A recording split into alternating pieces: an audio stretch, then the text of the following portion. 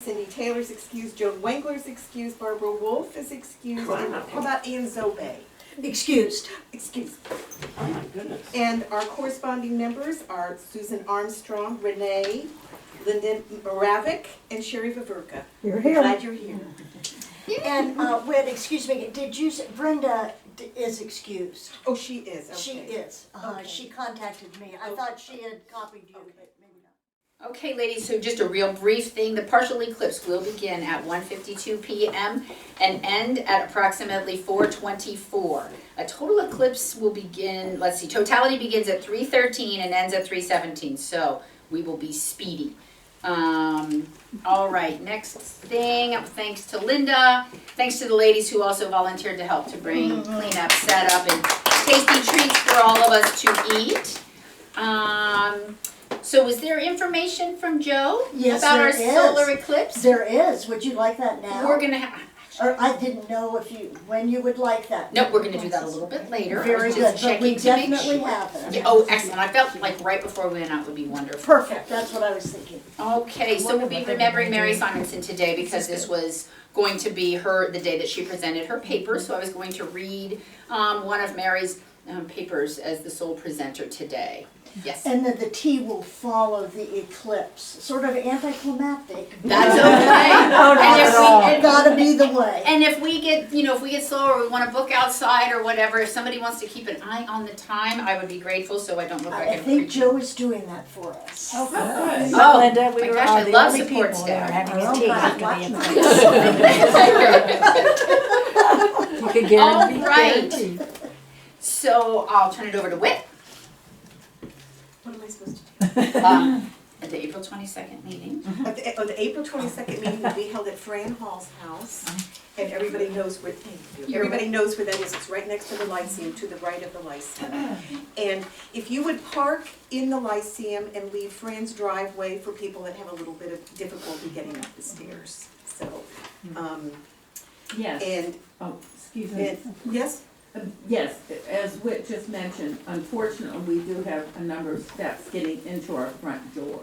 So for those who want to wear a gym shoe that day or something that would help them, I just wanted to advise them. Thank you. I'll send out reminders too. Yeah, So, just, yeah. so, Sorry. okay, and something else, I'm afraid I don't know too many details, but Dottie Ecker is getting a new hip this week, so, if you, a note or something like that, I don't know, as I say, any detail about it, but, it's been, I can you send do. us, a get well soon. Perfect, Perfect. On behalf of everyone. good. If you would like. That would be great. That's she'd appreciate it. And also, Sabrina has been working on the book and asked on the handbook for next year, and we have 3 openings for hostessing. And we were wondering if there are anyone who would like to volunteer. And one is in November, and it's the Monday before Thanksgiving. Then we have February 10th and February 24th. And all the other ones are covered, so that's all I got. All righty. Treasurer, secretary. Yes, I have for you today the minutes from the March 25th meeting. I'm going to try sitting. If you, Phoebe and Kim, if you think this is not sufficient volume, Kim, start waving your hands or something. Or do you want to come here so you're in the? I really don't. Oh. I can pretend like I'm one of those. I'm going to pretend I'm just going to Be the voice from beyond. project. Yes. At 2:02. Right? Thank you. Rub it in. President Steph Bessel called our meeting to order, reminding everyone to silence their cell phones. She asked Vice President Whit Sims to call roll. Stephanie also expressed her thanks to Dee Hensley, our hostess today at the Lyceum. President Stephanie gave a warm welcome to out-of-town member Mary Gregory, and also explained that Barbara Wolf was unable to attend today and would present her plan paper next year sometime. Vice President Whit announced that our April 22nd meeting would be hosted by Fran Hall, and Whit also asked for volunteers to assist at this tea. and that request is still active. I'm sorry, we're covered. You're covered? Yeah. Okay, once again, Whit reminded the membership about the proper protocol for reporting one's absences to a meeting. Secretary Jane Simpson read the minutes from our March 11th meeting. These were accepted as written, with motion made by Susan Swain and second provided by Sharon Connect. The secretary also reported that we had sent correspondence to both Susan Armstrong and Amy Simonson Cooper expressing our condolences for their losses. Treasurer Nancy Jellison has recorded a current balance of $1,472.18. Nancy also offered a history of the factors in play specific to Monday classes' involvement with student book awards.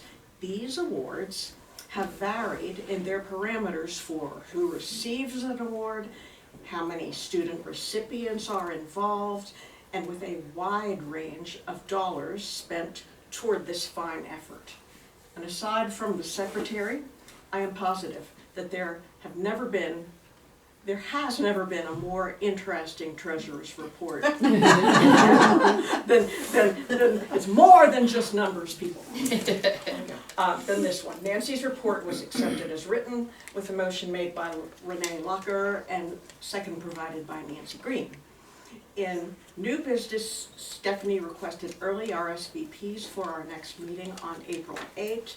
She also requested an approximate count from those interested in receiving eclipse classes. Mary Gregory, moving right along, Mary Gregory surprised and entertained us with a brand new paper. She opened with references to caribou and snow shovelers. We understood that what we were going to hear about were reindeer, the species in general, and some specifics unknown until now. It seems that the Gregory family has had clandestine connection with Ralph, a Glendale Christmas specialist, for many years. Only now has this come to light. We were enlightened about the secret world of reindeer through Mary's example of fine investigative journalism. The biggest revelation is one that you must read the paper to comprehend. If you were not able to hear this firsthand, let's just say that Ralph might be a cover name only for this clever team member who has faithfully represented Santa for many years. I will leave you to ponder that. If you weren't here. If you were here, you know. Concluding the meeting, President Bessel invited members to share memories of Mary Simonson with her so that these could be included in a memorandum.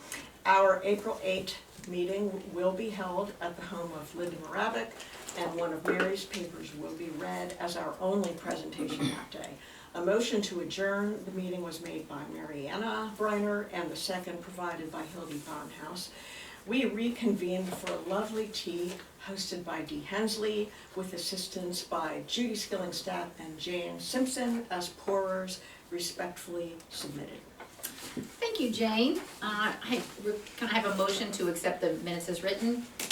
Nancy Jellison, second. Connie Redden. All right, the treasurer's report. Well, this is another boring one. Since the last meeting, we reimbursed Sabrina a total of $97.88. That included a reimbursement for the labels that we're gonna use in the books, the book awards, and personalize them, and for those wonderful class photos that we got at the Christmas tea. So our new balance is $1,374.30. Alrighty. Request to accept the treasurer's report as reported. Molly Woodrow, second. Carolyn Beaugrand. I moved along too quickly for I've got it. Yeah. Jane. Yes. correspondence. Yes, I there is in my haste. correspondence. It was brand new to me. Okay. The Glendale Monday class. It is with deepest sympathy the Glendale Community Library received your donation in memory of Mary Simonson. Your donation will help us to continue offering bestsellers, story time, and other library activities to the residents of the village of Glendale, Ohio. With sincere appreciation, the volunteers of Glendale Community Library. Thank you very much. Sorry that I sped through there. So in new business, we just want to remind you to mark your calendars for the Monday class luncheon on May the 13th at noon. Invites will be sent soon. Alrighty, so we've moved along to the paper presentations. We did invite Amy Cooper to come, and she declined, not because she didn't want to be here, but her mom's committal is today. So I talked to her, she talked at length about how much her mom, enjoyed Monday class, and I told her that she was certainly welcome, but I felt it was a little more important for her to be where she was. Alrighty. So Mary Gregory, does anyone have remembrances of Mary that they wanted to share? Simon? What did I say? Oh my gosh, I bumped her off early. Sorry. So no, Mary Gregory sent a thing about Mary that I'll read. Molly? I was talking to Kent about this because Mary and Craig had 3 wonderful children, and he taught all 3 of them. And of course, everybody got to see Kevin at the Lyceum when he was working with Cindy. But he thought it was really a testament, especially to her positivity, to have such wonderful children who were so curious and so kind. And he just wanted to make sure that I said something about that. I'm glad. I'm glad. It was really nice. They were magnificent at at her funeral. So I'll read Mary Gregory's, and I probably should have, if someone else wants to do that, I kind of feel like, the priest at Palm Sunday when they just kind of take over all the parts. So I'm really sorry about that. If someone, would prefer, please, jump right on in. You make a great priestess. Well, when they do that, I was always like, gosh, they didn't even change voices, Anyway. She could do that. Not all Sure. exposed. Okay. Sure she could. So this is from Mary Gregory. When did I meet Mary Simonson? Probably sometime in the early 80s. Lordy. 40 years ago. It might have been our kids' Sunday school Christmas play. I know I have a picture of Amy and Mary as angels. Or maybe at a Lyceum picnic. Or maybe she walked across the tracks to roust Craig from Dick's shop. Or vice versa. I guess that's to say that our lives were the same. Kids, church, village, students, patients, and whatever projects our husbands were doing. Always to help someone else, but seldom when we asked them to do. It was a wonderful, ordinary, productive way to live. 'Twas a blessing. Mary and I were friends, neighbors, sometimes confidants, but not buddies who ran around together. Yet we never thought twice about dropping in or calling. She was the kind of neighbor who was always just there. 'Twas a blessing. Her smile was always just there. It was as constant as the light in her eyes. In 40 years, I cannot remember Mary without a smile. Not a silly grin. A sincere smile that said she was happy to be in that moment with you. How many people can you say that about? 'Twas a blessing. If Mary Simonson had been asked to write about Mary Gregory, it would have been in verse. I guarantee it. Every card and note was a little gem of a poem. Not ponderous, forced meter and rhyme, but easy, clever little ditties that surely sprang directly from her quick wit. Each was just a trinket, but still a true gift of friendship. 'Twere blessings. But I must confess, through decades of friendship, Dick and most of Glendale blamed Craig for the Simonson family's predictable lateness, commonly referred to as Simo time. The truth was finally revealed in Mary's first Monday class paper. She was the habitually tardy one. Mary's family unwaveringly bore the joke of Simo time for her. Now that's a blessing. I have apologized to Craig in person, but surely wish I could scold Dick for his long-time aspirations. What a mixed blessing. We may not now share Monday class meetings, teas, and papers without our classmate, but Mary's friendship is still our blessing.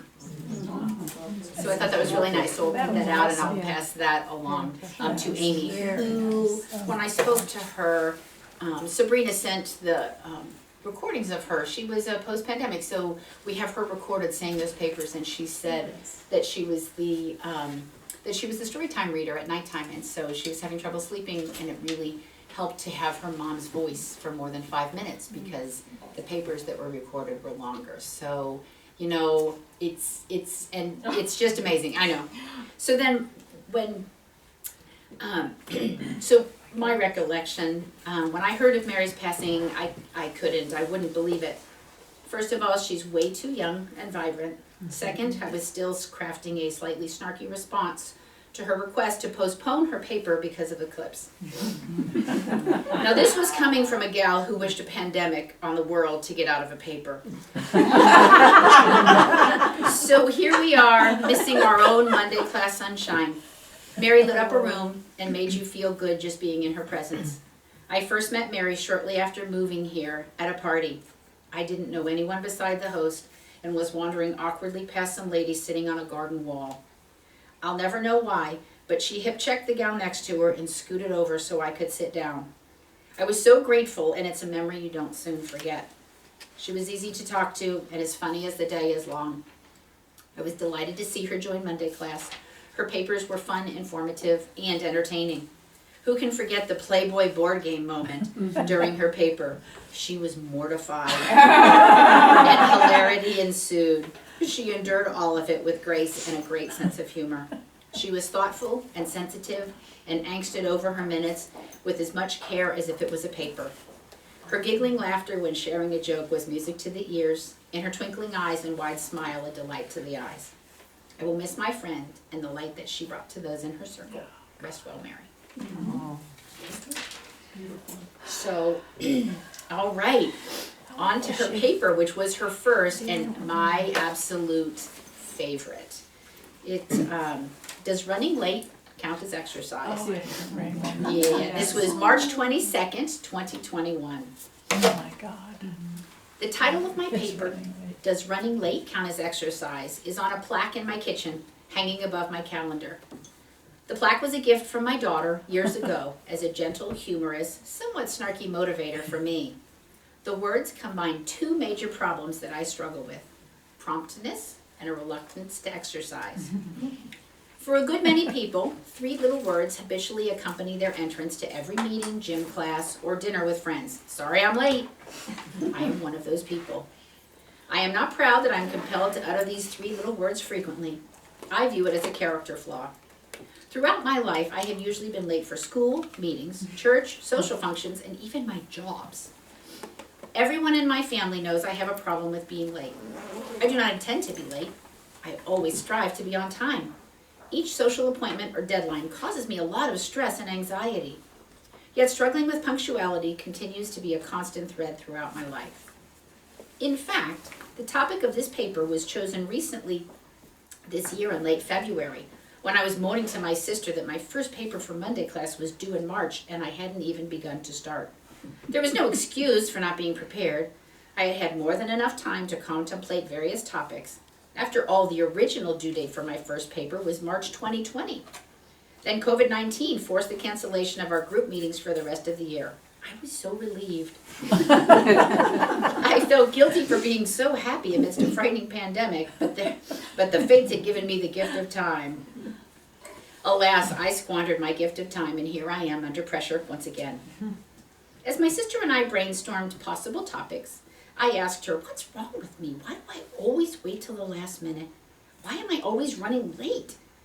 These questions brought up memories of some past transgressions with lateness. Some funny, some not so funny. My sister said, hey, that could be your topic, your chronic lateness. Yes, I could write about this topic. I am certainly familiar with the subject. Maybe I could even discover the root of my tardiness. Maybe even a cure. Finally, I had a topic for my first paper. However, did I start researching and writing right away? I did not. I waited until the very last days of February to start jotting down ideas. But hey, that still gave me almost an entire month to get the paper done. Then I realized the due date involved not only the completion of the actual writing of the paper, but I also needed to type the paper and then figure out how to send the written and oral presentations out to the group. Plus, I might need a couple of days of recovery from my second COVID vaccine shot. Woo! That could take a lot of additional time. I am not the most techie person, and I worried that the computer skills needed for this project would be extremely challenging. I decided the smart thing for me to do was to self-impose an earlier due date than the March 29th due date. Imagine my shock when I looked at my calendar and suddenly realized my paper was actually due on March 22nd, not March 29th. I had lost an entire week of prep time and was already behind. The pressure was really on now. I hate being late, but I'm so good at it. So I desperately began to compose my thoughts. Where to begin? I might as well start with my childhood. As a child, I remember my mother was always running late. I have memories of my dad on their date nights calling out to my mom, "Hurry up, Betty! We're already late and you're not even dressed. Let's go!" My dad was already dressed, had supervised dinner for my sisters and me, picked up the babysitter, and safely deposited her to our house. Poor guy was eternally optimistic that Mom would be waiting at the front door when he pulled into the driveway with the sitter. It never happened. Eventually, Mom would emerge from the bedroom looking beautiful and leaving a lingering scent of Chanel No. 5 as she breezed through the front door. She would call out, "Good night, girls, be good." "Come on, Billy, we're going to be late." Unfortunately for my dad, his 4 daughters always seemed to be running late too.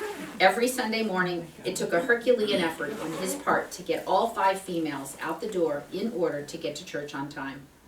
We 4 girls would slowly make our way to the Ford station wagon, where we sat patiently waiting for our mother. Dad would begin honking the horn and demanding of us, "Where's your mother? We're going to be late." I'm sure our neighbors who slept in on Sundays were thinking very unchristian thoughts about our noisy family drama so early in the morning. When Mom finally did fly into the front seat, he would demand, "Why are you always late?" She would calmly respond, "Come on, Billy, let's go. We're going to be late for church." Another memory during my childhood involved being late for school. Whether I was walking, riding the school bus, or getting a ride from Dad, because I'd already missed the bus, my departures for school were never calm and stress-free. I was always flying down the back stairs, grabbing anything to eat on the run, and rushing out the front door. If the school bus was miraculously still waiting for me, I'd hop up the steps, tell the bus driver, "Thanks for waiting," and endure his glare as I rushed to my seat.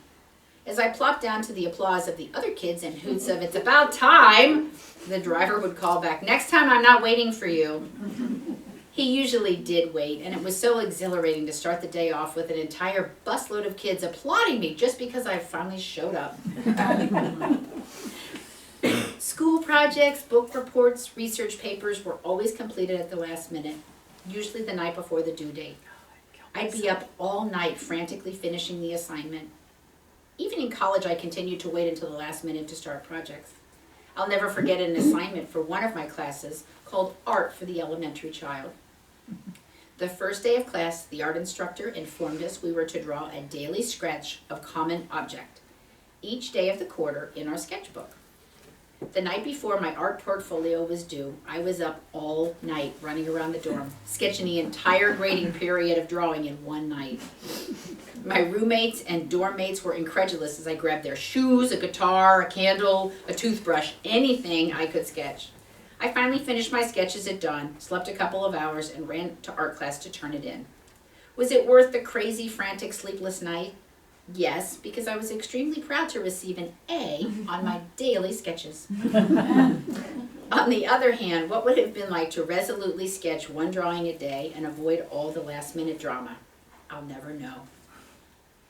Don't rush me. I'm waiting for the last possible moment. Why are some people like me always running late? Most people don't seem to have a problem with the arrival times and due dates. What causes someone to be chronically late? Is it a habit? Do we lack a time awareness gene? Are there certain personality traits that condemn a person to a lifetime of being late? The definition of lateness, according to the Cambridge Dictionary, is the fact of happening or arriving after the planned, expected, usual, or necessary time. The example given in the definition is, he was fired from his job for lateness. Yikes! I get a headache just reading that definition. Thank goodness I was never fired from a job for tardiness. And trust me, I was frequently late for my jobs. Is chronic lateness a habit? Most psychologists and those who study lateness do consider it a habit. They believe breaking the habit can be very challenging due to deep-rooted personality characteristics and past experiences. Most agree that chronically late individuals are not deliberately trying to control the situation, nor are they intentionally selfish or inconsiderate of others. If you can figure out what's really causing your lateness, you can take steps to break the habit. Trust me, there are plenty of suggestions, research, and self-help books to help cure those of us who are promptness impaired. Dr. Rana Khan, a Toronto psychotherapist, believes being late all the time becomes a habit when you know there are no consequences for lateness. If you catch yourself feeling you can get away with being late, you may be on track for formulating a habit. Of course, anyone can be occasionally late. Traffic, family emergencies, or other unexpected issues can prevent someone from being on time. I'm sure most of us have been unexpectedly delayed by the Glendale trains. However, when people are consistently late, it can become downright annoying to others, especially to those who are not time challenged. The family, friends, and bosses of these habitually late, tardy persons may try to cure the latecomer by threats, coercion, fights, ridicule, or the oldest trick in the book, telling the late person an earlier arrival time than anyone else. I must admit, this ploy has worked successfully on me several times over the years, but it has never quite cured me. Plus, I'm not an idiot. I do catch on to their tricks. If chronic lateness isn't solely rooted in a bad habit, could it be hereditary defect? Do we lack a time awareness gene? In her book, Never Be Late Again, author Diane DeLonzer suggests that there may be fundamental differences in the way people perceive time. She states, late people consistently underestimate the passage of time. There may be some underlying link to anxiety and low self-control. I don't believe that negative analysis applies to me at all. The chronically late do seem to share a different sense of time than the rest of the world. In a study conducted at a San Diego State University, scientists conducted a test on type A personalities and type B personalities. Type A people tend to be ambitious and driven. Type B people tend to be relaxed and creative. The scientists asked each group to guess when they thought 1 minute of time had passed. The type A group, on the average, guessed 1 minute occurred at 58 seconds. The type B group, however, guessed on the average that 1 minute occurred at 77 seconds. That 19-second difference in their time perception could add up quickly to make a type B person late for that lunch with you. Maybe there are certain personality types that condemn a person to a lifetime of being late. According to an article by Dr. Linda Sapadin, a psychologist specializing in time management, there are 4 personality types that are especially prone to lateness: the perfectionist, the crisis maker, the defier, the dreamer. Dr. Sapadin describes each of the 4 personality types in the following paragraphs. The perfectionist is a person who can't leave home until the dishwasher is packed and running, plus everything else has to be perfect, including their appearance, the project they're presenting, etc. Unfortunately, if you're late for the meeting, it rules out the possibility of a perfect presentation. The doctor suggests the perfectionist needs to learn to see the big picture and leave the small details for later. Therefore, force yourself to leave the dishes in the sink if you didn't leave enough time for yourself to do them, and arrive early to your meeting so you have time to set up and get organized. The crisis maker doesn't want to be late, but the pressure and adrenaline rush gives them a nice thrill. They can't start on their project until just before the deadline because they think they can't function well unless they're fully hyped up. The crisis maker prefers to enjoy the last-minute rush of urgency of working under pressure. It's hard to motivate oneself without a looming deadline. Dr. Sapadin advises the crisis maker to get their adrenaline spurt from physical activities, not the terror of an approaching deadline. The defier feels they want to or have to stand up against the broad authority of our existing societal constructs that tells us what to do and when to do it. An easy way to fight the man is to be late. The doctor describes the defier as always reacting to society's demands. Instead, they need to act rather than react. By the way, she finds that most of these rebels are men. The dreamer lives in a different time reality. According to Dr. Sapadin, they are bizarrely confident that they can have a shower, pack all their luggage, take the elevator downstairs, wait in line at the reception desk, check out of the hotel, and get a taxi to the airport in a total of 10 minutes. They imagine that it's perfectly reasonable to fit 5 jobs into a 5-minute window. Dr. Sapadin recommends that the dreamer needs to figure out exactly how long their tasks actually take to complete. Then they need to figure out why they were late. I recognize characteristics of myself in each of Dr. Sapadin's 4 personality types. As a perfectionist, I drive my husband crazy. Whenever we leave our house, whether it's for a couple of hours or a couple of weeks, I must leave the house sparkling, clean, and organized. Craig will be in the car, impatiently waiting and blowing the horn, memories of my dad, while I'm still in the house emptying the dishwasher. The crisis maker is probably the personality type I identify with the most. I definitely need the pressure of a deadline to get started. It doesn't matter if it's planning a dinner party, buying birthday or Christmas gifts, or writing a paper. I need a deadline pressure. When I've been the chairperson or in charge of a meeting, I was always prepared and organized. I might have been up all night typing my agenda and running off copies, but by morning I was ready. I seem to need that last-minute rush and urgency of working under pressure to accomplish anything. The third type of personality that Dr. Sapadin identifies is the defier. This is the type I least identify with. However, I have felt testy about bills due by a certain date. I have faithfully paid my bills for years. They, meaning Macy's, American Express, etc., know I always pay my balance in full. Why do they have to threaten me with a late fee? They'll get their payment. Relax. I also recognize the defier personality type in my attitude toward arrival time for teachers. I taught school for 30 years, and I was notorious for being late. I may have arrived at school a little late during my teaching days, usually 10 to 20 minutes later than the mandated teacher arrival time, but my room was always prepared for the day, board work neatly written on the chalkboard, worksheets run off and organized by subjects, stations set up for science experiments, etc.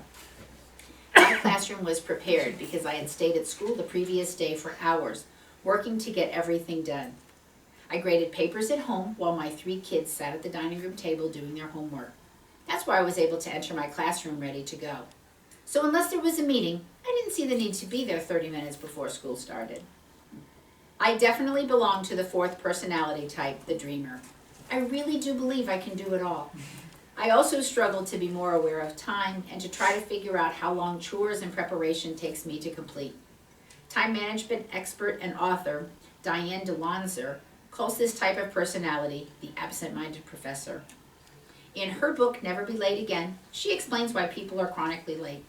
The reason people tend to be late is they are both optimistic and unrealistic, which affects their perception of time. They really believe they can go for a run, pick up their clothes at the dry cleaners, buy the groceries, and drop the kids off in half an hour. She goes on to say this type of personality is easily distracted and may even have an attention deficit disorder. They often had a hard time getting out of the door without noticing some last-minute thing that needs to be fixed, turned off, or adjusted. Now I have to worry about ADD? On average, the chronically late person will underestimate how long tasks or events take by 40%. Most will need to relearn how to judge the time involved in their activities. After reading Dr. Sapadin's article, I realized I had no idea how long it takes me to take a shower. I purposely began to time myself on various daily routines and chores in my life. This new awareness of time has motivated me to take the time to think about why I am constantly late. Unfortunately, it hasn't cured my chronic lateness yet, but it has, hopefully, put me on the path to being more prompt. What's wrong with you?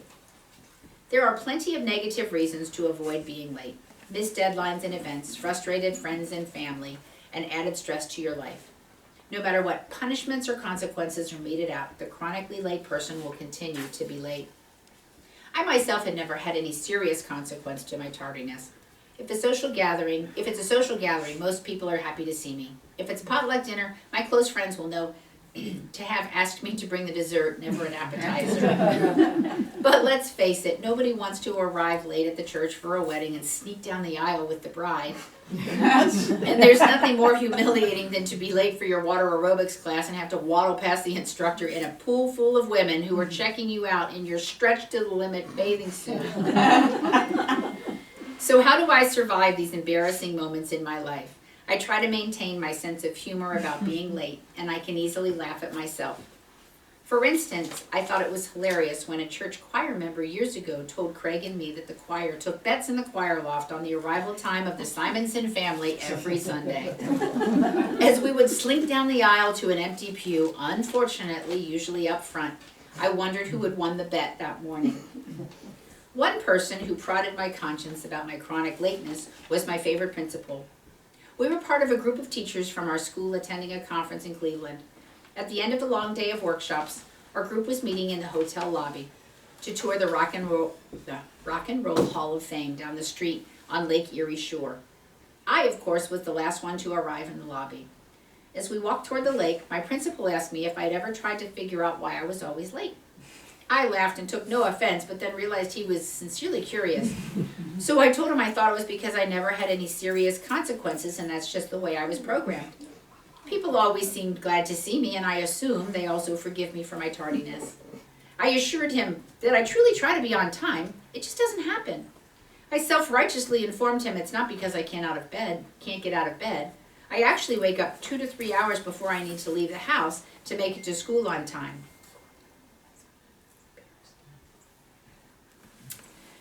Yet I still was always 10 to 15 minutes late. I did worry in the back of my mind that I had given him an idea to help cure me by enacting consequences on me when we returned to school, but he never did. He was always glad to see me dash through the front doors. When I transferred to the junior high, my principal never questioned or punished me for my continued tardiness. I would fly into the parking lot, determined to beat the buses before they unloaded their human cargo. My planning period was at the beginning of the school day, so I didn't have any students until second period. As the students and I streamed through the front door, he invariably caught my eye. He would just shake his head and wave. I think he too was always secretly thankful that I had shown up. Aside from the individual punitive repercussions some latecomers have to endure, I was shocked to learn of a negative consequence I had never contemplated. There is a huge financial impact to tardiness in the work world. One survey found that 15 to 20% of the United States workers are late to their jobs on a regular basis. This chronic lateness frequently interferes with employee productivity. Missed productivity time adds up to serious economic losses. It is estimated that this costs our country $3 to $4 billion a year. Some estimates are higher. An appropriate quote for this is, "Time is money, and when you waste time, you waste money." Kenny Klein, founder of the digital technology company Jack Solutions, has found that a team member's chronic lateness may also breed resentment among coworkers, which can erode morale and further diminish the team's productivity. He also cites a survey that found 46% of surveyed employees admitted to feeling resentful towards their persistently late colleagues. Looking back over my teaching career, I hope that none of my coworkers secretly resented my late arrival to work. Most of the teachers came in early and left early. A few of us came in late and left late. One or two came in early and left late. We all devoted our time and energy to the children. We all fulfilled our job requirements. Some of us just not within the confines of punctuality. Late people aren't hopeless, they're hopeful. Surprisingly, there is some positive news for those of us who are chronically late. Research has shown there are actual benefits to those who are always struggling with lateness. People who are deficient with their timekeeping skills are often found to be more intelligent than the chronically early individuals. Apologies to those of you who belong to the on-time group. Jeff Conte, a San Diego State University professor of psychology, found in one of his studies that because the minds of those who are late are free from time restraints, there is more room for creative thinking. Maybe they just use their creativity to come up with excuses for being tardy. A recent scientific study revealed that some of the traits which tend to make people late are the very same traits that can help them live longer and lead more productive lives. One of those characteristics is the optimism most time-impaired people have. The author Diane DeLonzer says late people tend to be more optimistic, and optimism has been proven to help you live longer.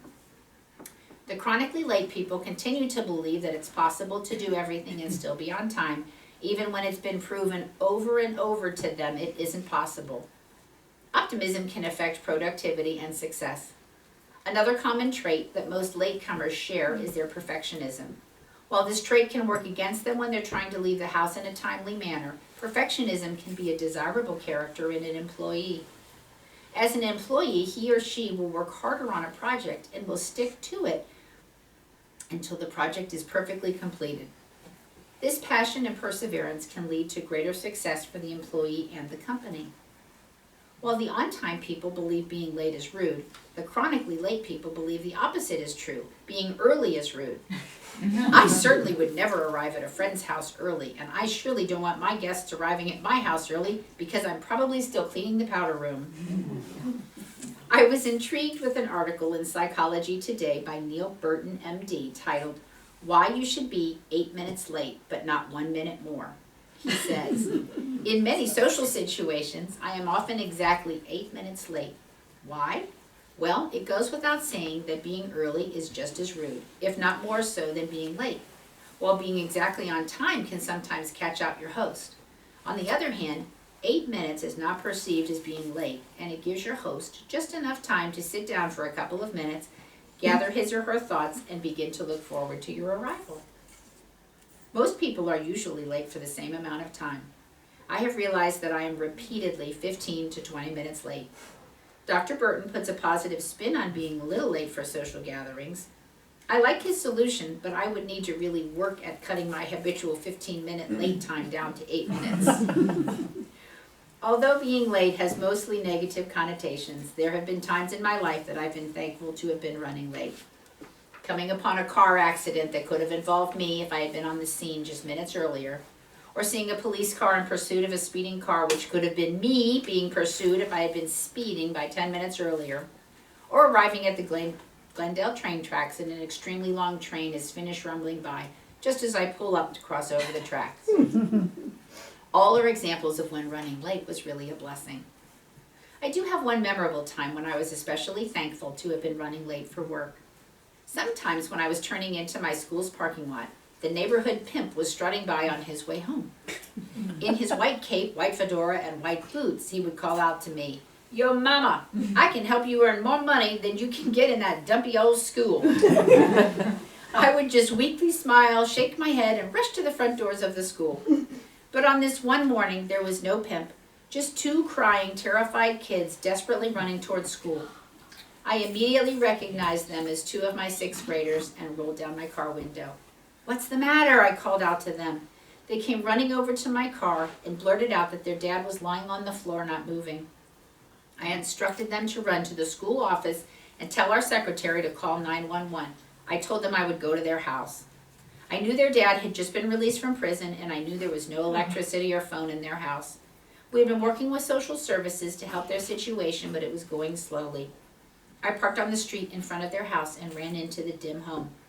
Their dad was lying on his back on the bare living room floor with closed eyes and a weird rattling noise emitting from his chest. I started pumping his chest, thankful that our staff had just had a CPR refresher class.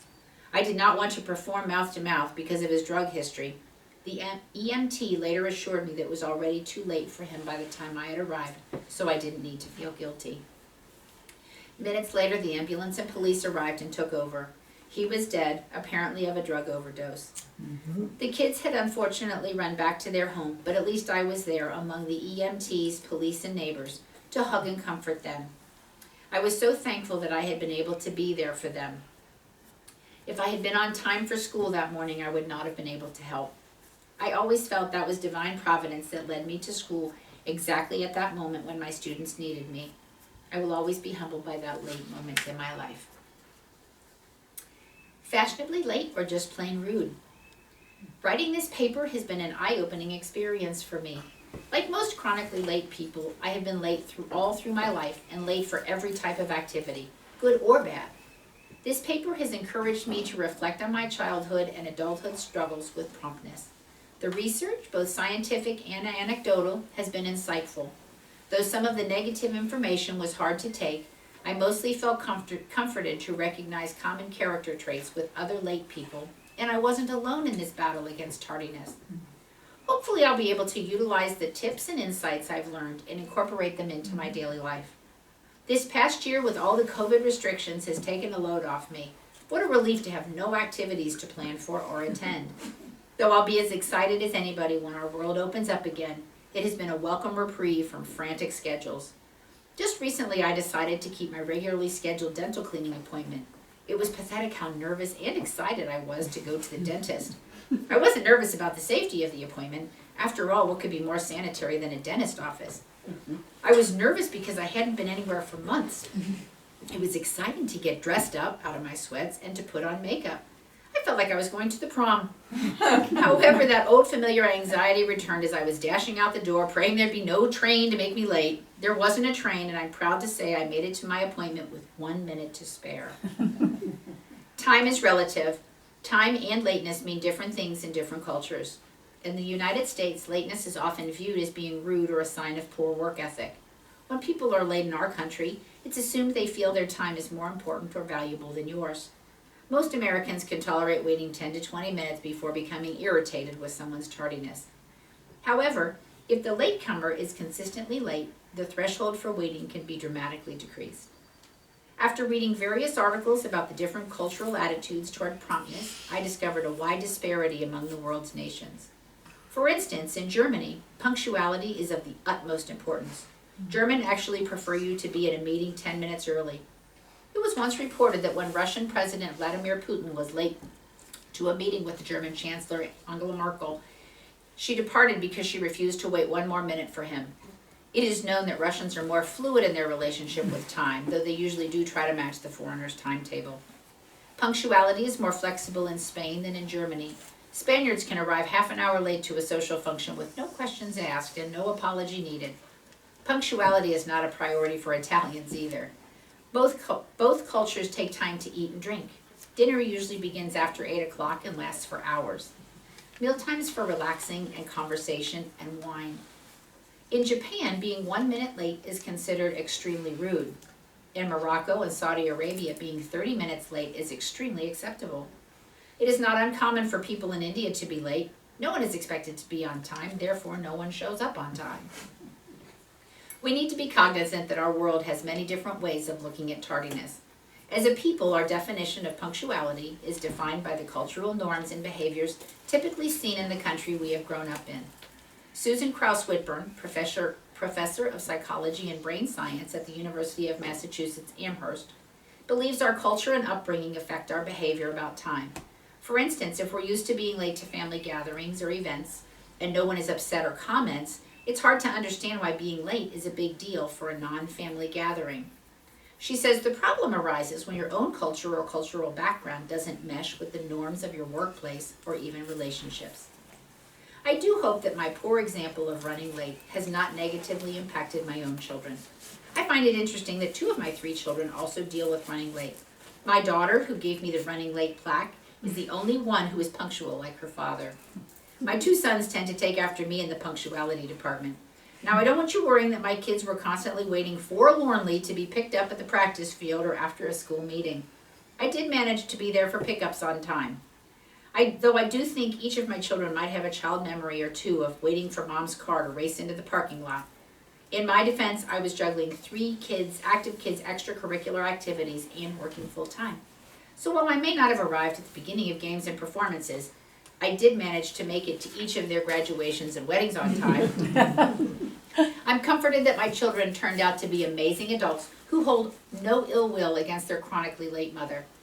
I hope this paper will be helpful to those of you who struggle with punctuality. Hopefully there are some tips that help you be on time.